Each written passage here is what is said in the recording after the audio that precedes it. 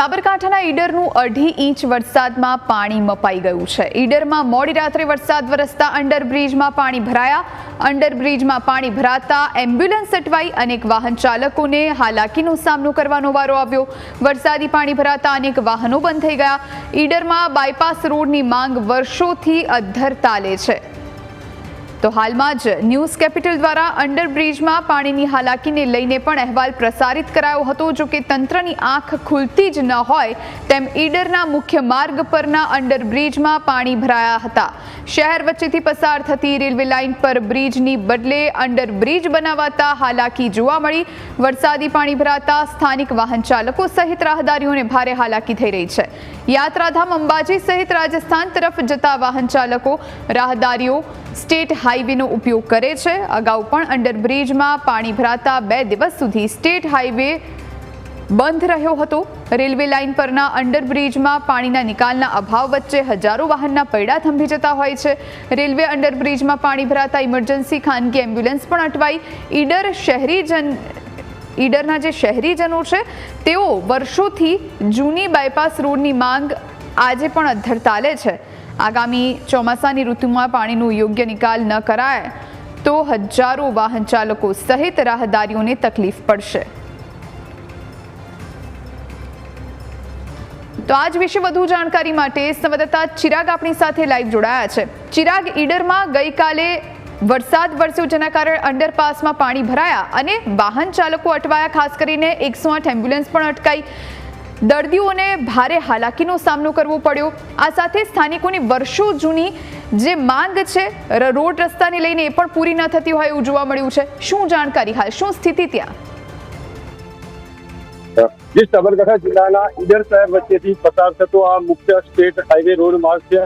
દ્રશ્ય આપણે બતાવીશ કે આ સ્ટેટ હાઈવે રોડ પર અસરવા ખેડબ્રહ્માને જોડતી રેલવે લાઇનનું નવીનીકરણ કામ કરવામાં આવ્યું છે અને સ્થાનિક લોકોની જે વર્ષોથી માંગ હતી કે અહીંયા એક બાયપાસ રોડ મંજૂર કરવામાં આવે અને બાયપાસ રોડની બદલે અહીંયા બ્રિજ છે તે બનાવવામાં આવે, પરંતુ તંત્રની અને આરટીઓ અધિકારીઓની બેદરકારીને પગલે રેલવે તંત્ર દ્વારા આ અંડરબ્રિજ છે તે બનાવવામાં આવ્યો છે અને આ જે મુખ્ય માર્ગ છે કે મુખ્ય માર્ગ પર દિવસ દરમિયાન હજારો વાહન ચાલકો છે તે પસાર થતા હોય છે।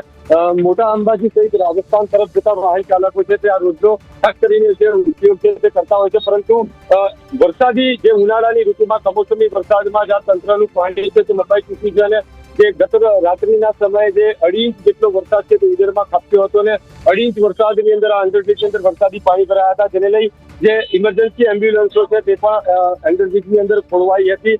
સાથે સાથે જે વાહન ચાલકો છે તે પણ અંડરબ્રિજના વરસાદી પાણી ભરાયા હતા તેની અંદર જીવના જોખમે પસાર થતા હતા, જ્યારે પરિવાર સાથે વાહનો છે તે પણ અંડરબ્રિજની પાણીની અંદર અર્ધ વચ્ચે અટવાયા હતા। જોકે એક તરફ સ્થાનિક લોકોને રાજકીય પક્ષો દ્વારા ચૂંટણી સમયે અહીંયા બાયપાસ રોડના જે વચનો છે તે આપવામાં આવતા હોય છે, પરંતુ વર્ષોથી આ બાયપાસ રોડની માંગ છે તે અધ્ધર તાલે જોવા મળી રહી છે અને અત્યારે દિવસ દરમિયાન પણ ભારે ટ્રાફિકની સમસ્યા છે તે ઈડરમાં જોવા મળતી હોય છે। પરંતુ અગાઉ જે પ્રમાણે ઉનાળાની ઋતુમાં હવામાન વિભાગની આગાહી પ્રમાણે કમોસમી વરસાદ થયો હતો અને વરસાદમાં જે પ્રમાણે અંડરબ્રિજની અંદર વરસાદી પાણી ભરાયા હતા, જ્યારે રેલવે વિભાગના ખાનગી કોન્ટ્રાક્ટરો અને માનીતા અધિકારીઓ દ્વારા આ પાણીનો યોગ્ય નિકાલ નહોતો કરવામાં આવ્યો, જેને લઈ 2 દિવસ સુધી અંડરબ્રિજ તે બંધ રહ્યો હતો, જેને લઈ હજારો વાહન ચાલકોના પૈડાથી થંભી ગયા હતા। જ્યારે ગત રાત્રિએ જે 2 ઇંચ કરતા વધુ વરસાદ ખાબક્યો છે તેને લઈ ઇમરજન્સી એમ્બ્યુલન્સ સહિત ખાનગી વાહનોના પૈડા છે તે કલાકો સુધી થંભી ગયા હતા, પરંતુ સદનસીબે અંડરબ્રિજમાંથી હાલ પાણી નિકાલ થયો છે અને અત્યારે હાલ જે વાહનોનું ભારે ટ્રાફિક છે તે પણ જોવા મળી રહ્યું છે। બીજી તરફ ઈડરની જે જનરલ સરકારી સિવિલ હોસ્પિટલ છે તે લાલોડા આવેલી છે અને આજે સિવિલ હોસ્પિટલ તરફ જવાનો આ મુખ્ય માર્ગ છે જે દિવસ રાત દર્દીઓ માટે આ રોડનો મુખ્ય એમ્બ્યુલન્સો અને ખાનગી એમ્બ્યુલન્સો છે તે આનો ઉપયોગ કરતી હોય છે, પરંતુ ચોમાસાની ઋતુ પહેલા અંડરબ્રિજની અંદર વરસાદી પાણી ભરાતા ક્યાંક ને ક્યાંક વાહન ચાલકો સહિત ઇમરજન્સી એમ્બ્યુલન્સો અને સ્થાનિક લોકો છે તે પણ ભારે હાલાકી ભોગવી રહ્યા છે અને આવનાર સમયની અંદર આની પાણીનો યોગ્ય નિકાલ કરવામાં આવે તે પ્રમાણેની માંગ છે તે પણ કરવામાં આવી છે। તાજેતરમાં જે પ્રમાણે 2 દિવસ અંડરબ્રિજ બંધ રહ્યો હતો ત્યારે ન્યૂઝ કેપિટલ દ્વારા એક અહેવાલ છે તે પણ પ્રસારિત કરવામાં આવ્યો હતો, પરંતુ આ બેરામુંગા જે અધિકારીઓ છે અને કોન્ટ્રાક્ટરો છે તે લોકો દ્વારા હજુ પણ અંડરબ્રિજની અંદર પાણીના યોગ્ય નિકાલ છે તે કરવામાં નથી આવી રહ્યો, જેને લઈ હજારો વાહન ચાલકો સહિત પરિવારોને સારવાર અર્થે જઈ રહેલા જે દર્દીઓ છે અને ઇમરજન્સી એમ્બ્યુલન્સો અને ઇમરજન્સી વાહનો છે તે પણ અટવાતા હોય છે। બીજી તરફ મહત્વની બાબત એ છે કે ઈડર શહેરી વિસ્તાર છે તે બસ સ્ટેન્ડની અંદર આવેલો છે અને લાલોડા રોડ નજીક એક યુજીવીસીએલ છે, જ્યારે પણ વીજ પુરવઠો ફરવાતો હોય છે શહેરી વિસ્તારની અંદર ભારે પવન વરસાદની વચ્ચે વીજ પુરવઠો ફરવાતો હોય છે, ત્યારે યુજીવીસીએલ નો અને શહેરી વચ્ચેનો જે સંપર્ક છે તે પણ આ અંડરબ્રિજના કારણે કપાતો હોય છે। ત્યારે કલાકો સુધી શહેરી વિસ્તારની અંદર આ અંડરબ્રિજ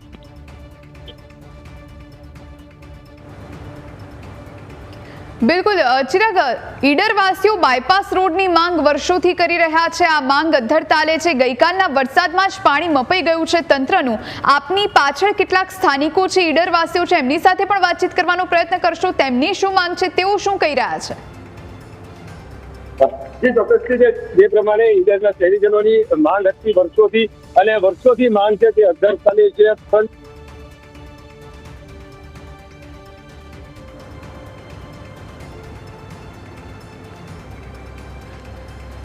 તો ફરી એકવાર અમારા સંવાદદાતા ચિરાગ સાથે સંપર્ક સાધીશું, પરંતુ અત્યારે જે ઈડરમાં જે સ્થિતિ છે એ આપને બતાવી રહ્યા છીએ। ભારે ટ્રાફિક જામના દ્રશ્યો અહીં સર્જાય છે। વર્ષોથી બાયપાસ રોડની માંગ કરવામાં આવી રહી છે, તેમ છતાં માંગને સંતોષવામાં નથી આવી।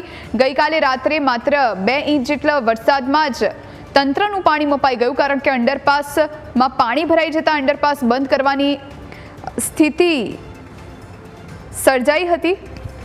ચિરાગ, આભાર આપનો, આપ જોડાયા અને જાણકારી આપી તે માટે।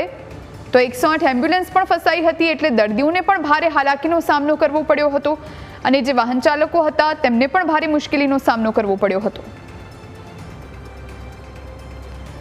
તો અનેક વાહન ચાલકો કે જેઓ મુશ્કેલીમાં ગઈકાલે થોડા એવા વરસાદમાં જ મુકાયા હતા। હજુ તો આખું ચોમાસું બાકી છે, એટલે આપ વિચાર કરો કે આ નગરોળ પ્રશાસન ક્યારે જાગશે, કારણ કે આ સમસ્યાનો જો નિકાલ નહીં આવે તો લોકોને લાંબો ફેરો પડી શકે છે અવર જવર માટે, કારણ કે બાયપાસ રોડ બંધ કરવાની ફરજ પડે છે, ને એવામાં એમને જવું તો જવું ક્યાંથી, એ સૌથી મોટો પ્રશ્ન ઊભો થશે। આ કંઈ પહેલી વાર નથી, ચોમાસામાં આ જ પ્રમાણેની પરિસ્થિતિ અહીં સર્જાતી હોય છે, અને આ તો થોડા એવા વરસાદમાં આ સ્થિતિ થઈ છે। આ સાથે પ્રી મોન્સૂન કામગીરી પર પણ અનેક સવાલો ઊભા થયા છે, કારણ કે બજેટ કરોડોનું ફાળવવામાં આવે છે, પરંતુ પાણી નિકાલની જે સમસ્યા છે એ ઠેરની ઠેર રહે છે।